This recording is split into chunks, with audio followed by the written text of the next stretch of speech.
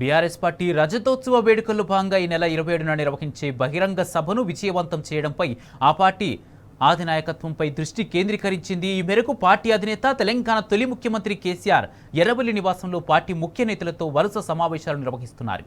సభకు జన సమీకరణపై దిశానిర్దేశం చేస్తున్నారు. ఒక్కో నియోజకవర్గం నుంచి సభకు ఎంతమంది తరలివచ్చే అవకాశం ఉందని ఆరా తీస్తున్నారు. ఈ నేపథ్యంలో ఇవాళ ఉమ్మడి మెదక్, నిజామాబాద్ జిల్లాల ముఖ్య నాయకులతో సమావేశమయ్యారు.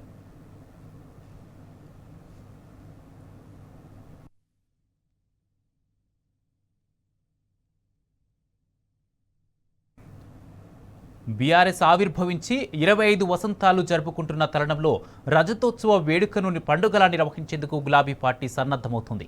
ఈ నెల 27న ఉమ్మడి వరంగల్ జిల్లాలోని ఎల్కతుర్తిలో బీఆర్ఎస్ రజతోత్సవ వేడుక జరగనుంది.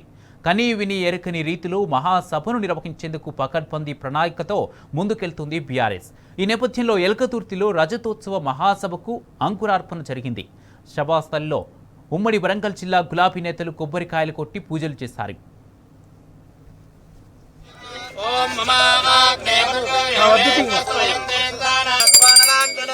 अयं मुहूर्त शुभ मुहूर्तो अस्तु एतत् सुमुहूर्तकाले सूर्यादीनां नवानां ग्रहाणामत्यन्त आनुकूल्यता बलसिद्धिरस्तु गणपतिं साङ्गं सायुधं समाहनौ जगत्नेऽस्मिन्बे महा बोल गजानन भगवान की एकदंत महाराज की ओम विश्वेश्वराय जगन्नाथानन्दिन्द्रसन्वते पारावदयत्पुरुषं प्रथमं सभामन्तरिक्षं महित्वा उपस्थे देवी